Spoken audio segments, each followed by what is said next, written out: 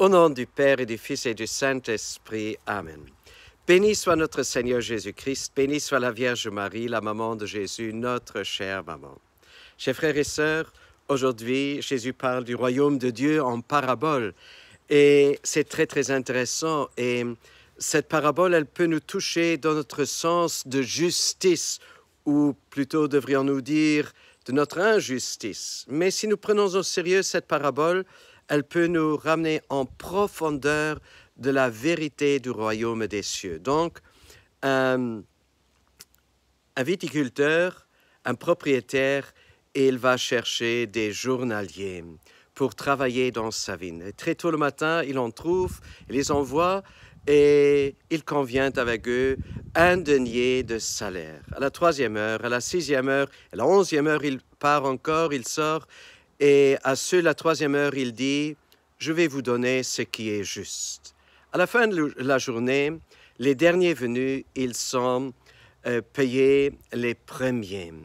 Alors tous reçoivent un denier. Et dans les yeux de Dieu, voilà ce qui est juste. Voilà ce qui est bon pour l'homme. Un denier. On pourrait dire c'est le salaire pour nourrir une famille pendant une journée. Ça, c'est vrai. Mais en fait, il s'agit d'un mystère encore plus profond.